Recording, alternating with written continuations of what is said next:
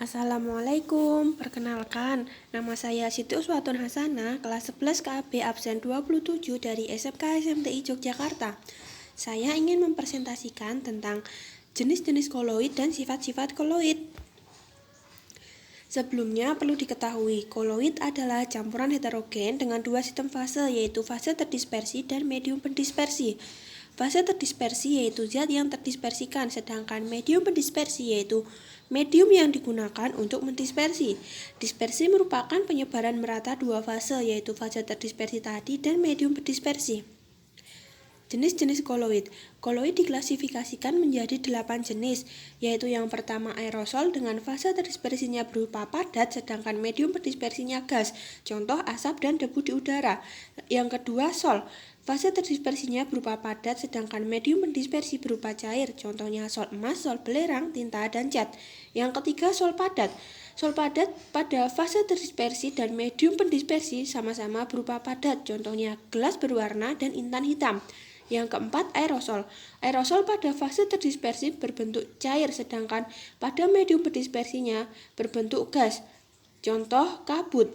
Lalu yang kelima, emulsi. Emulsi pada fase terdispersi dan medium pendispersi sama-sama berupa cair. Contohnya, susu, santan, dan minyak ikan. Lalu yang keenam, emulsi padat. Pada emulsi padat, fase terdispersi berupa cair, sedangkan medium pendispersinya berupa padat, contoh jeli, mutiara, dan opal. Lalu yang ketujuh, buih. Pada buih, fase terdispersi berupa gas, sedangkan medium pendispersi berupa cair, contoh buih sabun dan krim kocok. Lalu yang kedelapan, buih padat. Pada buih padat, fase terdispersi berupa gas, sedangkan medium pendispersi berupa padat, contoh karet busa dan batu apung. Sifat-sifat koloid. Koloid memiliki 8 sifat. Yang pertama yaitu efek Tyndall. Efek Tyndall adalah efek penghamburan cahaya oleh partikel koloid sehingga tampak lintasan berkas sinar tersebut.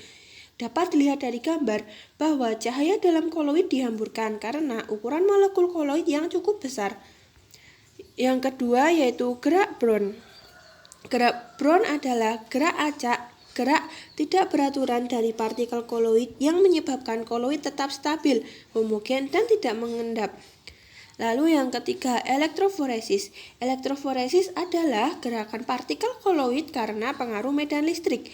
Elektroforesis partikel bermuatan positif disebut dengan kataforesis, sedangkan elektroforesis berpartikel muatan negatif disebut dengan anaforesis.